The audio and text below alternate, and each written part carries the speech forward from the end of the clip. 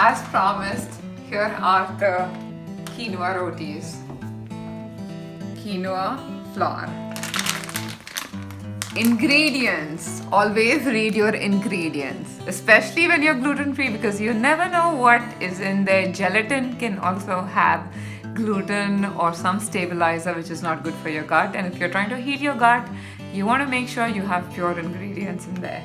So what does this say right here? It says organic whole grain quinoa. Now yesterday, if you see, you'll see it in another video, but I essentially got a new Vitamix dry grain grinder where I'm going to have my own chakki ka aata. Essentially, I'm going to buy my own quinoa wholesale and I'm going to grind my own flour. Yes, it's that good. So, there are a couple of things. A big shout out to my mom. Hi Mama, I love you. Meri pyari mummy. She was the one who came up with this recipe because as a North Indian, as a pakka jat, I could not imagine going gluten free and then having to eat aloo gobi ki sabzi or paneer saag or some of my absolute bangan ka bharta with chawal, with rice. I can't imagine any one of those Indian delicacies with rice, essentially, or with I don't know with what, basically, or give up Indian food completely and live just on lentils and rice, or just dals and rice and stuff. So there had to be a way to make rotis. And my mom, she's amazing. She tried different kind of flours. Like, my mom is like a complete nutritional freak, which I wish I had paid more attention to instead of engineering.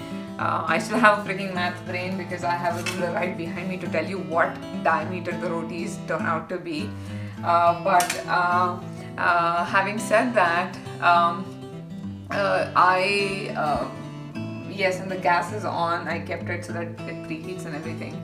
But we tried ragi flour, we tried mixing flours, and we tried all sorts of flours. I recently found out because of Luke's post, one of the posts, someone had commented that mixing flours is not a good idea. So yay for me.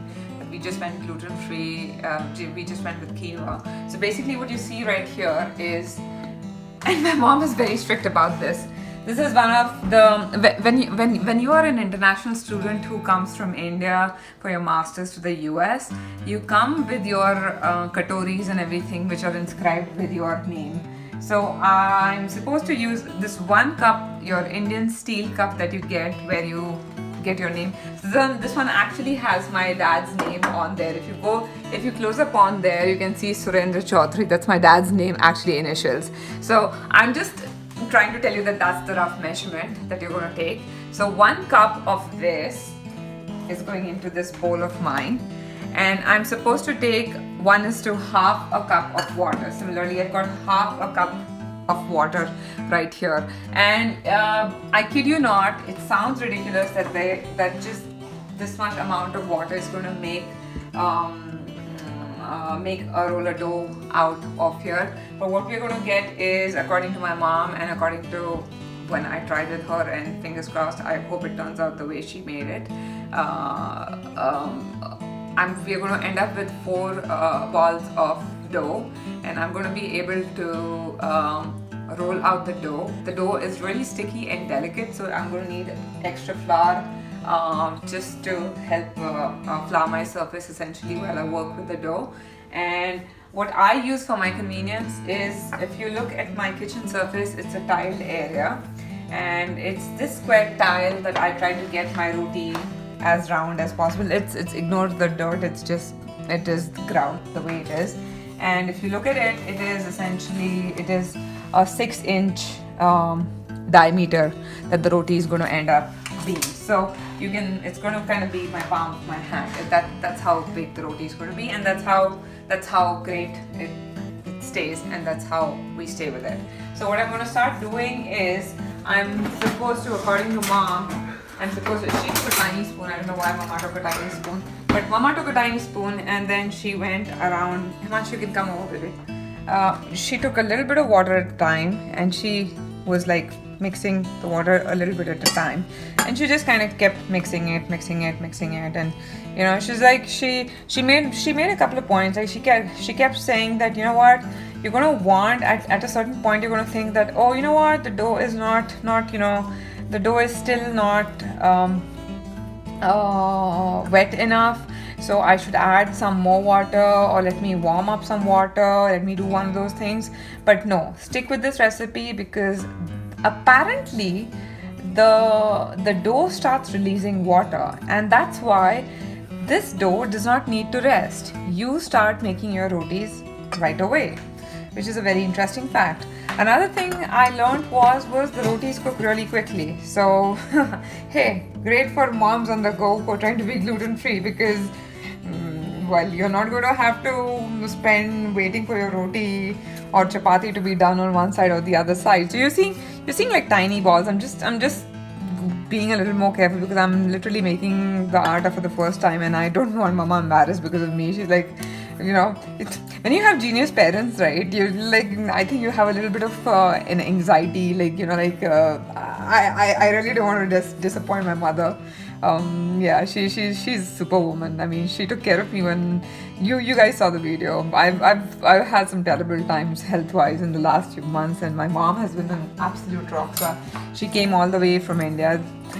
At a certain point, that's what she switched from, and you can still see it's very crumbly, and she kept on, and then at one point she kept going, and the dough still kind of looked like bulky, and we with wheat flour we start adding more water, but she was like, what, no, keep kneading it, and but at the same time she said, what, once the dough is done, you're not going to need to knead it more, like how we need our traditional dough essentially. And she made that comment, I think, when like the last sip of water literally was left. And again, like I said, the dough is really sticky, so your hands are going to come out like sticky, super sticky. That's the one big difference that you're going to notice. And if you have a nose like mine, like a dog essentially, you're going to smell the flour, like in a good way, let's put it that way. I mean, if you're used to bajra and things like that, so you can see, like for example, I can make clumps out of the dough now. It's kind of coming together. So the remaining amount of water that I put in, I think is going to be more than enough for the dough to kind of come together. So after this, I'm just supposed to work the dough. I'm just supposed to just keep going. So let me just keep going at it, and it's going to just come together. That's what mom said. Mom was like, just give it time. I think mama made a point of saying that, because she knows patience is not a virtue I really have. I'm a very impatient individual because I want things yesterday. So she was like, just give it time, beta, aur mat karna. See, you can see right there, you can see it's already forming, and you're going to see that as it kind of comes together, it does come together. It doesn't, as the proteins kind of start combining and joining, you'll see it kind of loosen, kind of go away from the bowl, but at the same time you're going to feel like, like you're going to keep scraping your hands. Like for example, I guess that's why she used the spoon, because you're going to keep scraping the dough off your hands, because you feel like you keep making a mess on your fingers like nobody's business. So that's what you keep doing, and you keep getting it off, because yes, it looks like you're not done, you should do more, but no, you don't need to do more. You'll end up with a consistency essentially which looks like your dough for regular rotis. So and why am I doing this again in the middle of the night? Because the Warriors, my basketball team, lost. I'm wearing my Warriors t-shirt. They lost tonight. I'm feeling sad, I guess. I'm binge eating or binge chapati making. I don't know what to call it. I'm binge chapati making because obviously I've had my dinner and I'm not going to eat anything right now, but I'm like, so yeah, hey, in all that blah blah blah, yeah, I get to squeeze something. I get to pound something that my team lost. So, but as you can see, the dough is can come to that consistency. It's still stuck on my hand, as you can see. It's still stuck on my hand, but it's kind of like, just look at it. It looks like cement actually. It looks like clay. It looks like kids play.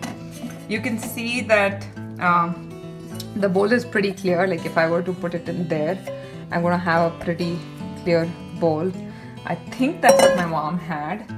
And anyways, if this doesn't turn out well, you're not going to see it on the blog anyways. So hey, yay to me. So anyways, I think this is what mama had. Huh, Himanshu? Yeah. Do you think this is what mama had?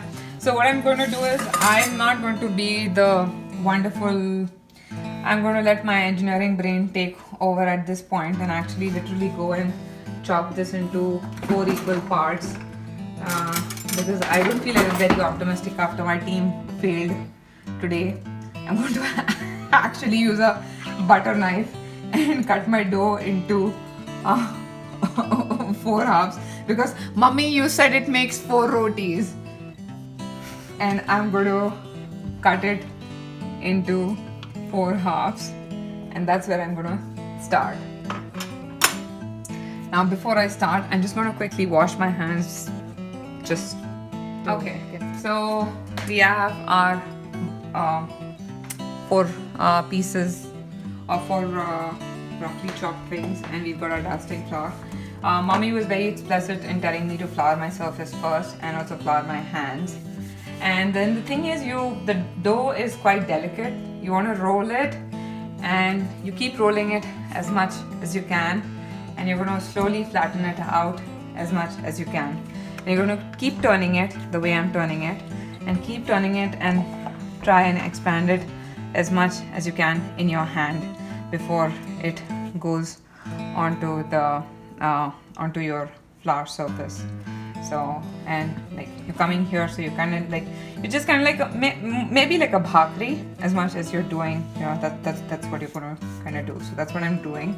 That's what you're seeing me do. I'm kind of just evenly spreading out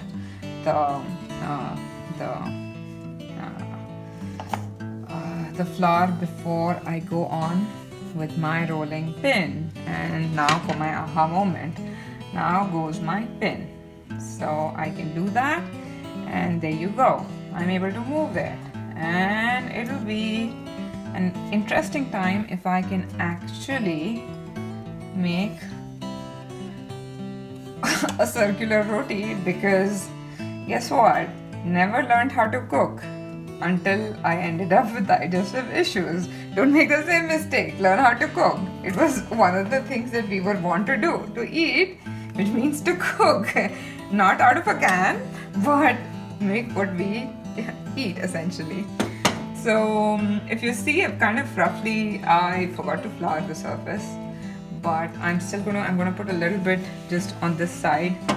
All that laughing, I kind of got carried away because I wanted to roll it just a little more. I'm just a little shy of my 6 inches. Like I told you, I'm an engineer, I'm a geek, no end, which means I want to come to my 6-inch mark. Like my mom, I mean, mummy did not say 6 inches, but I saw her do to 6 inches, so I have to go to 6 inches. Yeah, what to do? Brain OCD-ish. Yeah. Oh, by the way, I am OCD-ish. So, and then another interesting thing that she told me was, where is our spatula? What's our spatula? Wash.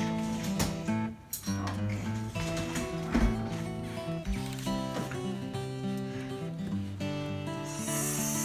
So, now that I have rolled it, yes, I'm not the best roller in the world, but that's the temperature it's supposed to be. I know I'm extra hot. I mean, not me, but the pan is hot, and it is pretty hot. But that's how Mama had it, and she was very explicitly in telling me that it's a very gentle roti. So, beta dhyan rakhna, इसे रखते हुए क्योंकि चिपक जाएगी. Right there, you can see I've already made a mistake. Ah! Okay, and I'm not going to try and correct the mistake. Oh. Okay, what's done's done. But that's the way it is. And then I don't have to keep it too long on one side. You can see it's getting done already. And Mama was like, use the spatula to move it to the other side. It's already done, as you can see. It cooks really, really quickly. You're shocked at how quickly it cooks actually. Because after this, what's going to happen is, get ready with my tissue. Where's my tissue? Get ready with my tissue to actually, when it moves on the other side, I'm going to have it ready to start making a phulka. My phulka is happening. Phulka, re phulka, re phulka. If a person who never made a freaking roti in her life can make rotis with quinoa flour, can have a decent rice, a decent looking roti which is pliable, and it is already cooked through actually, and ow, it comes off very, yes, just look at my mess, okay? I mean, that's me, same one. I mean, me, hands, flour. Do I look like I ever cook rotis? I can make a killer sabzi, but no, look at my pan and how much atta I put on there. So no, I don't make rotis. Unfortunately, I'm a spoiled brat. But if Himanshu, why don't you come close? If you look at the rotis and my stack of rotis, just look at how soft they are. I did not put any ghee on there, but just feel the softness. I don't want to break them, sorry. You can make your own and you can break them. But and this is from an amateur person who made her rotis essentially. Just feel that. I mean, are you going to get that roti anywhere? Tell me. I mean, this is your quinoa roti. Like what can I say anything more to? Oh, I feel like Rosie. We can do it. Quinoa roti to the rescue for all those gluten-free people. All those gluten-free desis, you have been rescued by a freaking quinoa roti. We don't need to go to some random hard fast rice roti which is just starchy. We're gonna get a freaking protein. We're gonna get protein. Guess what? Quinoa protein. Only protein and water. That's what this roti is made of. And it's like that. I can actually I'm eating quinoa roti at 11 o'clock in the night. Okay? I mean, look at that. It actually is separated like a regular roti. So, here's to eating whole, here's to eating healthy, and here's to having a fabulous lifestyle and a healthy gut.